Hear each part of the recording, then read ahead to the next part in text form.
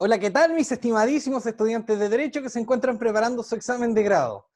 En esta sesión vamos a estudiar el plazo. Vamos retomando acá. Nosotros lo que estamos haciendo es que estamos haciendo un análisis de las obligaciones que dicen relación con el momento en que las obligaciones producen sus efectos. Y por un lado nosotros tenemos, acuérdense, mira, obligaciones, ¿cierto? Atendiendo al objeto, a los efectos y a los sujetos.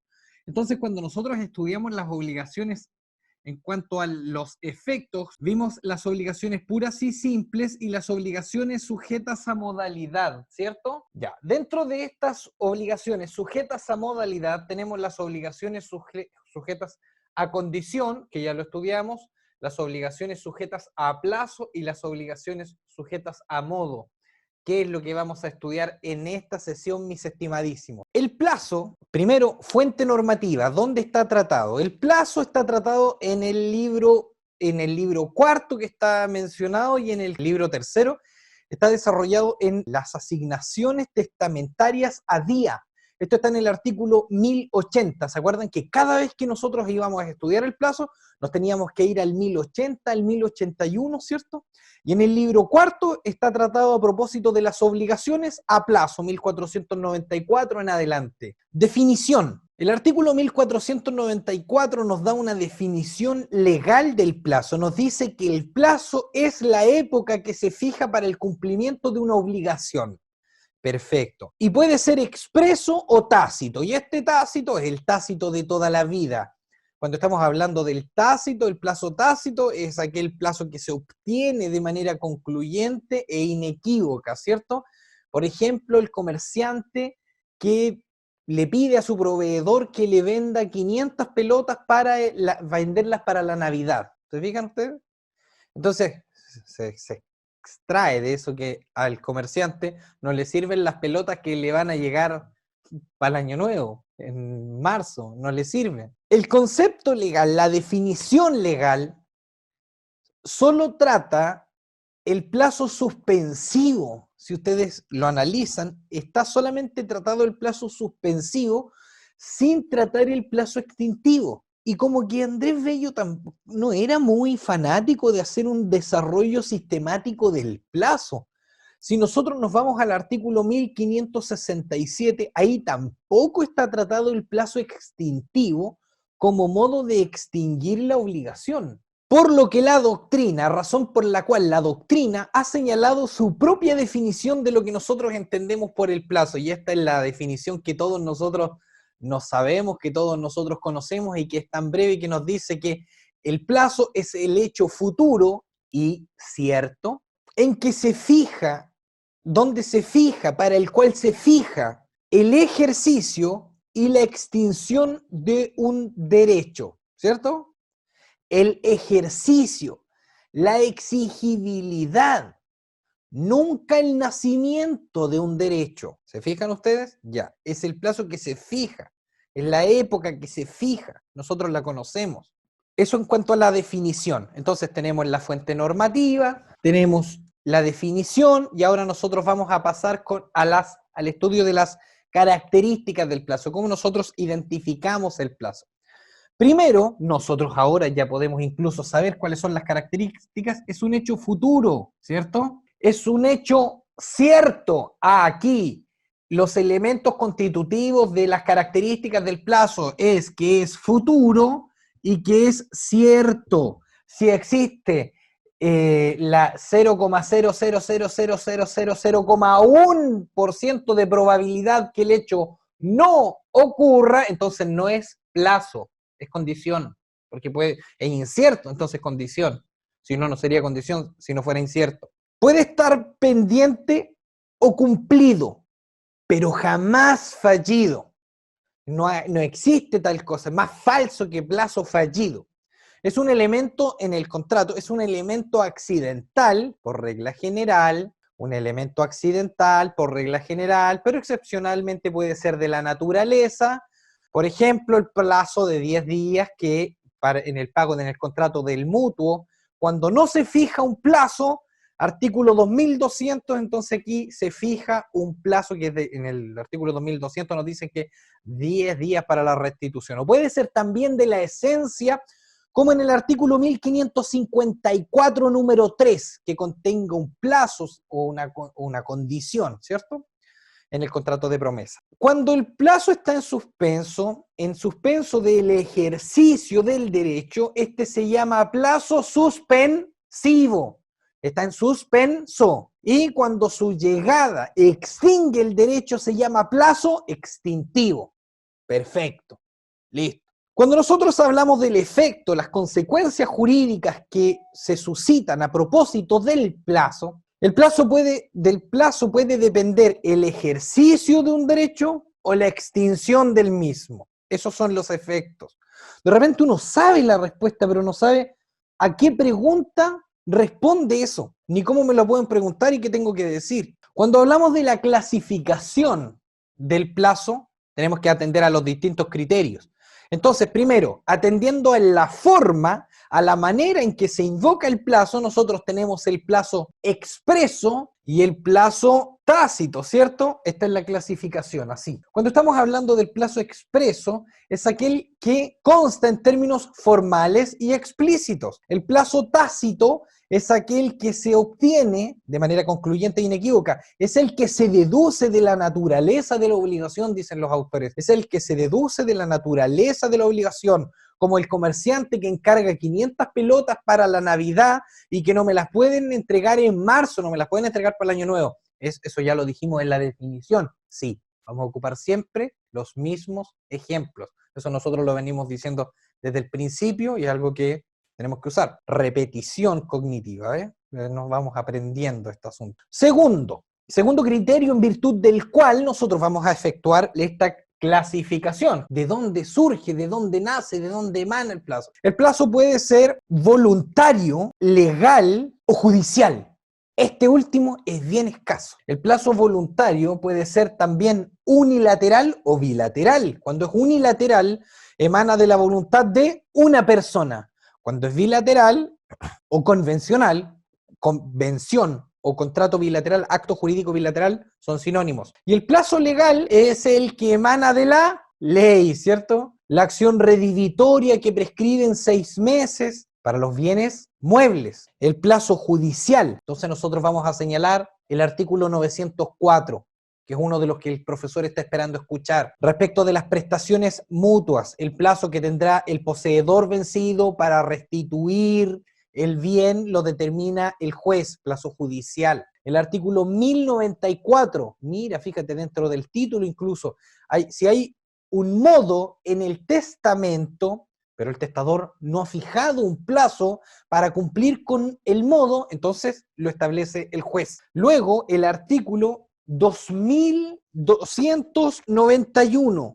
Mira qué interesante el 2291. Es medio complejo. Dice, el que administra un negocio ajeno contra la expresa prohibición del interesado no tiene demanda contra el interesado, sino en cuanto esa gestión le hubiera sido efectivamente útil y existiera la utilidad al tiempo de la demanda. Por ejemplo, si de la gestión ha resultado la extinción de una deuda que sin ella hubiera debido pagar el interesado. Aquí estamos hablando del tercero que paga, esto lo estudiamos a propósito del pago. El juez, sin embargo, concederá en este caso al interesado el plazo que le pida para el pago de la demanda y que por las circunstancias del demandado parezca equitativo. Aquí concurren 2 requisitos. Cuando esa gestión le fue efectivamente útil al interesado, y el mismo código ahí pone un ejemplo que dice como si de la gestión ha resultado la extinción de una deuda y aquella utilidad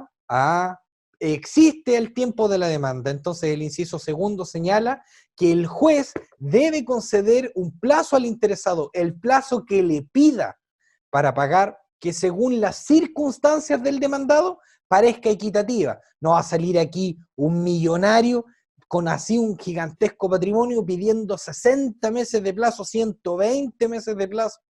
O va a venir una persona que eso es, que según el criterio del juez le parezca equitativo según las circunstancias del interesado. Dato rosa, mis estimadísimos, aquí viene un dato rosa. ¿Cuál es el plazo más largo que hay en el Código Civil? profesor, el plazo más largo que hay en el Código Civil son 10 años para el saneamiento de la nulidad absoluta o en el caso de la prescripción adquisitiva extraordinaria. ¿Y cuál es el plazo más breve?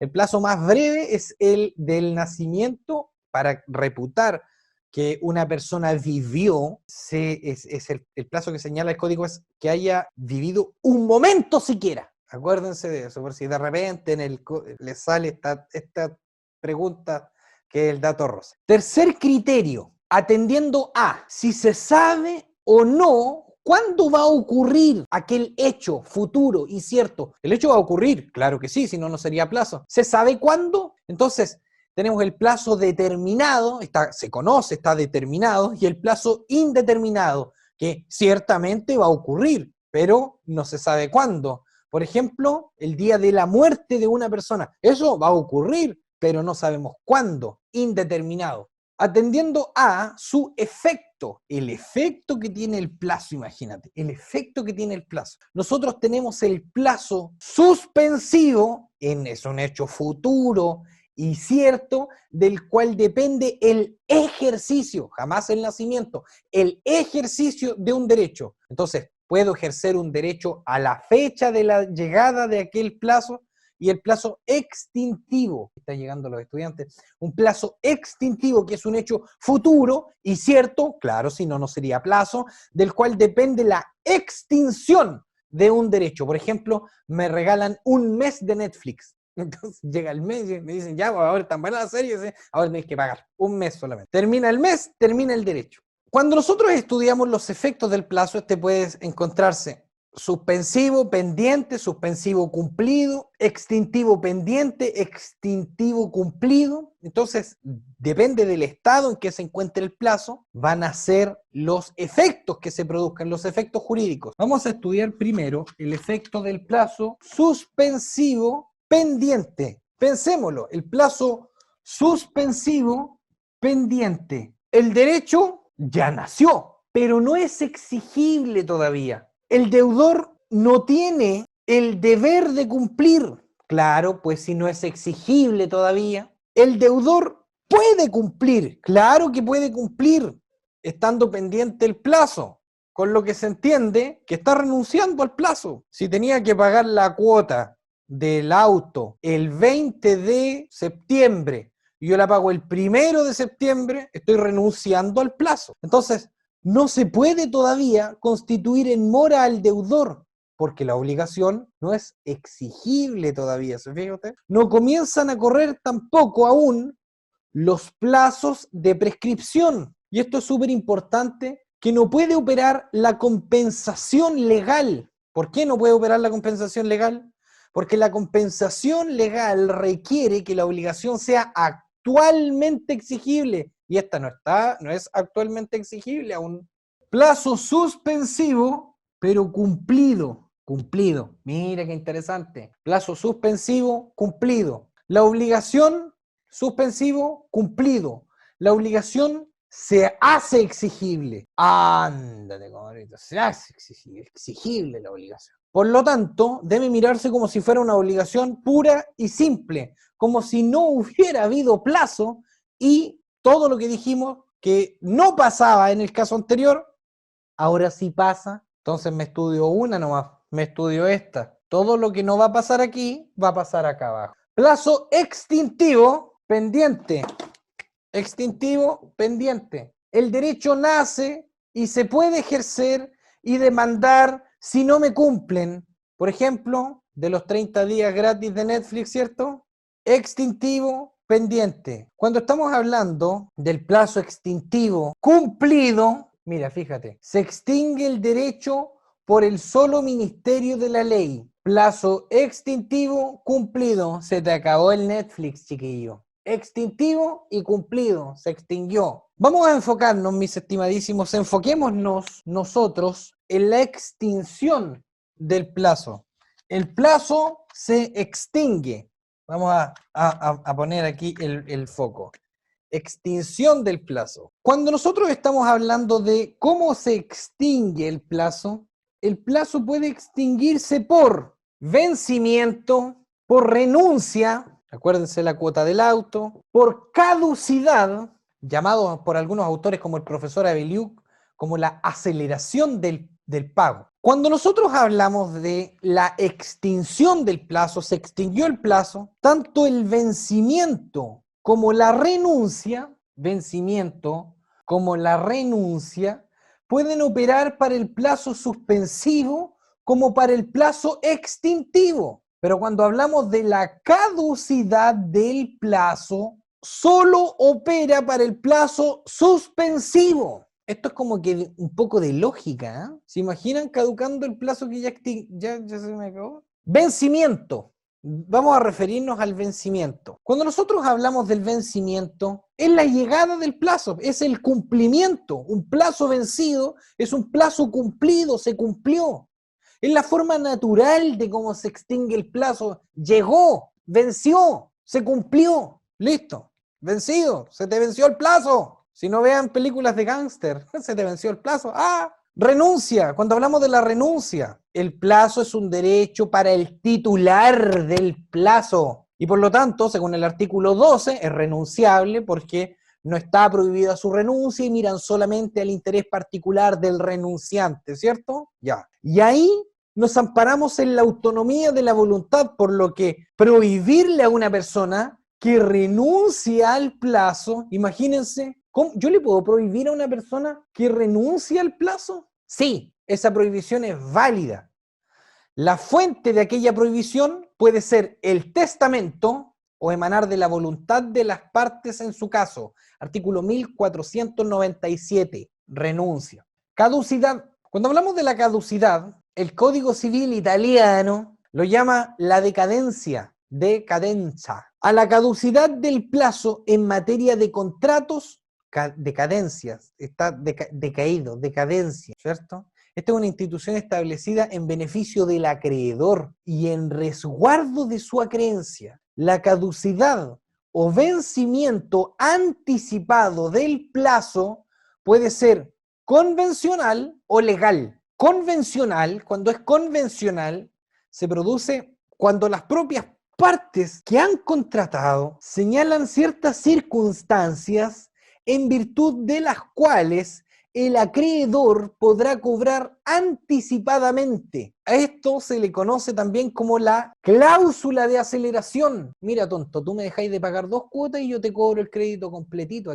Entonces, ese crédito que tú no me pagaste, en las cuotas que te di la facilidad, te pone en riesgo la casita que tú tienes ahí. Bien linda, esa bonita, ¿cierto? Así nos dice el banco. Con otras palabras, claro, más lindas, pero es como eso. Y cuando estamos hablando de la caducidad legal, se produce cuando alguna de las dos circunstancias que están en el artículo 1496, que nos dice 1496, cuando el deudor se encuentra en insolvencia o se abre procedimiento concursal, ¿cierto? O cuando la obligación a plazo estaba caucionada y la caución comienza a perder el valor. Tú tenías ahí una casa ahí en Ercilla, estaba caucionada y empezó a perder el valor la casa en Ercilla, riesgo de incendio, de atentado de bomba. Entonces aquí el deudor puede reclamar el beneficio del plazo renovando o mejorando las cauciones, artículo 1496, inciso segundo. Importante, nosotros no tenemos que confundir la caducidad del plazo, ¿cierto?, de las obligaciones sujetas a plazo con la caducidad de los derechos y acciones judiciales, que son cosas diferentes. La caducidad de los derechos y de las acciones judiciales se asemeja a la institución de la prescripción extintiva, y esta distinción a veces resulta un poco dificultosa. Cuando nosotros hablamos de la teoría de la caducidad, esta se estudia a propósito de la teoría de la acción. ¿Cuándo es el momento, cuál es el término que el legislador ha previsto para el ejercicio de un derecho frente a los tribunales de justicia? Eso lo vamos a estudiar cuando estudiemos procesal. Aquí nosotros estamos frente a la extinción del plazo que yo tengo para el cumplimiento de una obligación. Me dieron hasta fin de mes para pagar, no me pueden cobrar antes, a menos que yo realice ciertos actos en virtud de los cuales el acreedor se vea habilitado para cobrarme anticipadamente. ¿Se comprende? Muy bien. Titulares del plazo. Tengo un plazo. Cuando estoy hablando del plazo suspensivo, todavía no se hace exigible, es el deudor. Cuando estoy hablando del plazo extintivo, es el acreedor. En el ejemplo de los 30 días de Netflix, ¿cierto? El beneficiario aquí es el acreedor. Se terminan los 30 días y yo ya no puedo reclamar. Se extinguió mi derecho. Excelente, mis estimadísimos. Este ha sido el video donde estudiamos el plazo. Si te gustó este video, no olvides ponerle like y compartirlo con tus compañeros que también están preparando sus exámenes. Un abrazo gigante. ¡Chao!